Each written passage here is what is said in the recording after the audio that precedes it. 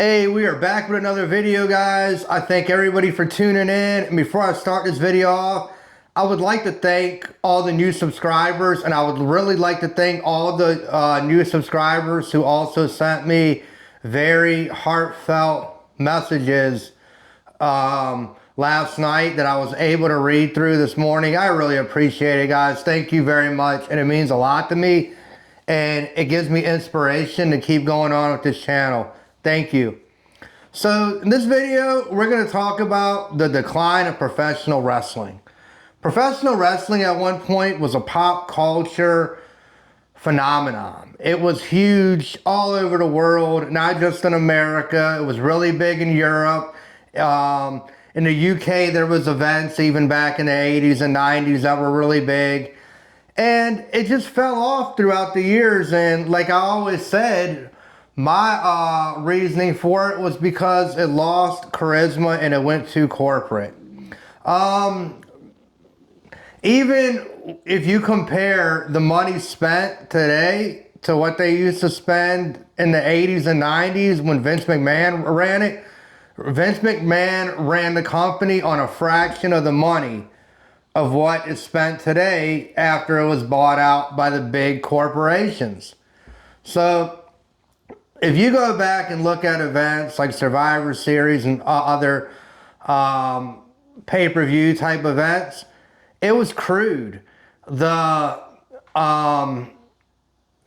the time they started the show on through, it was a pretty crude put on event, but it didn't matter because it didn't need to be perfect. It had the charisma for it to get the viewers that they needed for it to blow up as big as it did.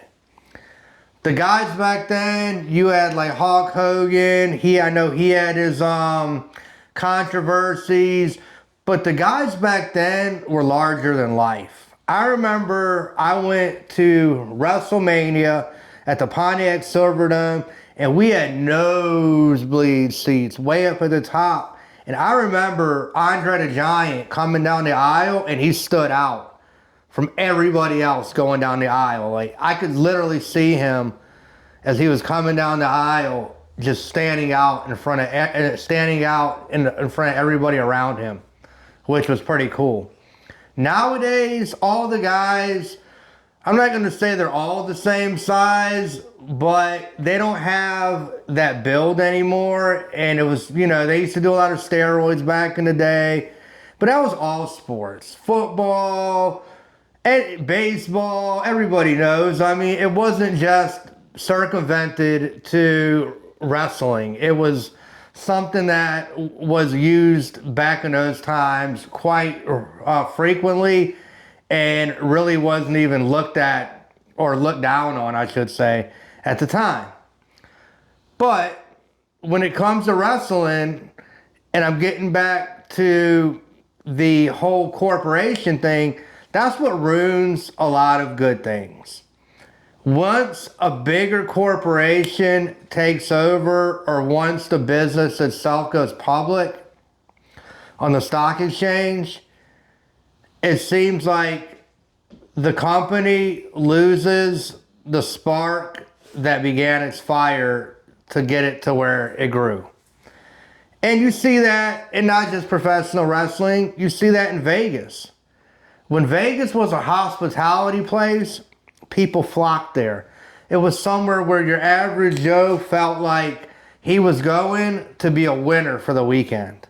Now, you go to Las Vegas and you feel like you already lost before you got off the plane at the airport. It's lost its charisma.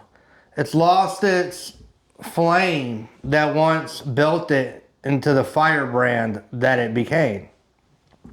And that happens with a lot of brands. A lot of brands, they get so big that they forget what got them to that point to begin with. And it's no exception in professional wrestling. Professional wrestling itself got so big that it forgot its roots of how it got there to begin with. And that was the start of the decline. I think professional wrestling is down almost 60% in just the past 10 years.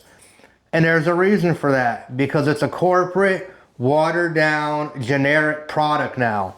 When people go to watch it, they already know what they're going to get before it happens. There's no more suspense that used to take place how it did in the 80s and 90s. The characters are all pretty much watered down as well.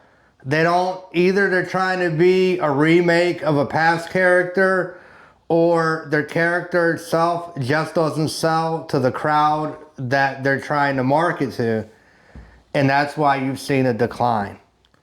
Anyhow, guys, that's my 2 cents on the matter. I'm Tommy. This is Talking with Tommy. Once again, thank you to all my new subscribers. Thank you for all the great messages that I woke up to today. It made me feel good, and it made me really want to keep this channel going as long as I can keep it. So once again, I appreciate everybody. And like always, take care of yourself and take care of each other. Thank you.